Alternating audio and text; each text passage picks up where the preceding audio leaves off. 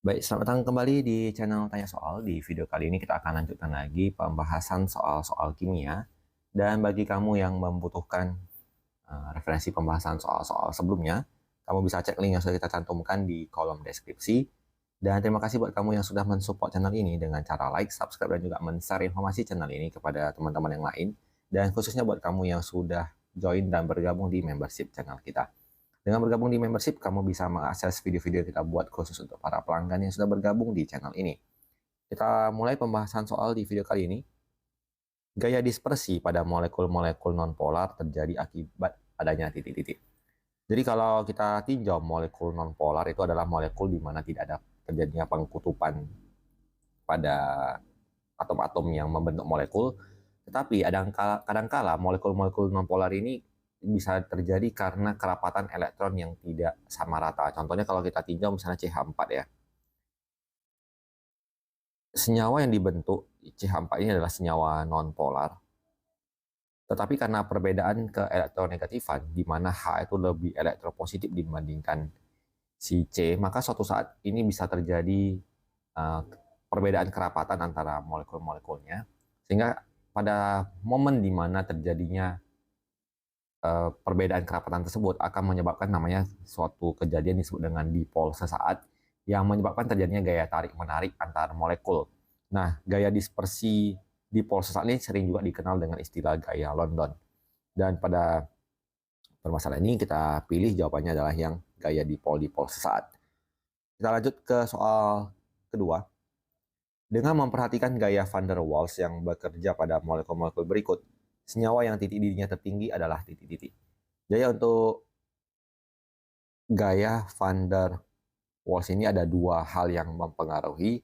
Yang pertama adalah ukuran molekul. Kemudian yang kedua adalah bentuk molekul. Untuk ukuran molekul adalah bahwa semakin besar ukuran molekul, maka semakin besar juga gaya van der Waals yang akan mengakibatkan titik didihnya juga semakin tinggi. Kemudian untuk yang bentuk molekul yang sederhana, yang misalnya rantainya lurus, akan memiliki gaya van der Waals yang lebih tinggi dibandingkan senyawa dengan cabang yang lebih banyak, yang lebih kompleks. Dan karena di sini bentuk senyawa yang diberikan di pilihan adalah bentuk homolog dari senyawa alkana, maka kita pilih senyawa dengan C terbanyak, yaitu C5H12, karena akan memiliki ukuran molekul yang lebih besar. Jadi sesuai dengan teori yang kita sebutkan di awal, bahwa semakin besar ukuran molekul, maka akan menyebabkan gaya van der Waals-nya juga akan semakin besar dan titik didihnya juga semakin tinggi. Kita lanjut ke soal ketiga. Gaya lemah yang terjadi pada molekul-molekul nonpolar akibat adanya dipol sesaat disebut dengan titik-titik.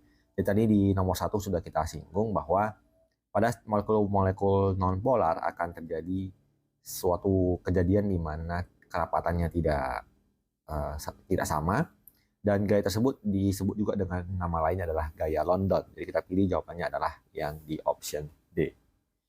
Kita lanjutkan lagi ke soal berikutnya di soal nomor 4. Di dalam kelompok molekul berikut yang semuanya terdapat ikatan hidrogen adalah, kalau kita tinjau katanya adalah ikatan hidrogen, sudah pasti melibatkan dengan atom H, di mana ikatan hidrogen itu terjadi pada tiga atom lain, yaitu antara H dengan N, H dengan O, dan H dengan F.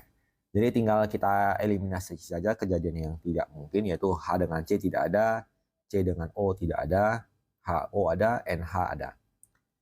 HF ada, H2O oke, NH3 oke, ini O dengan H juga oke, berarti jawabannya adalah di option B. H dengan S tidak ada, kemudian Cl, Br, dan I tidak ada, N dengan O tidak ada. Jadi jawabannya dengan cara mengeliminasi seperti ini, kita langsung bisa dapatkan bahwa ikatan hidrogen pada senyawa option B antara H dengan F, H dengan O, NH3 berarti H dengan N, dan H dan O pada CH3OH. Kita lanjutkan ke soal berikutnya.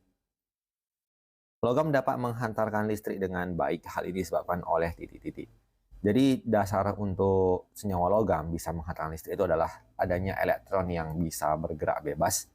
Jadi elektron tersebut mengalami dislokalisasi sehingga dia bisa berpindah dari satu atom ke atom yang lain. Maka kita pilih jawabannya adalah yang di option B.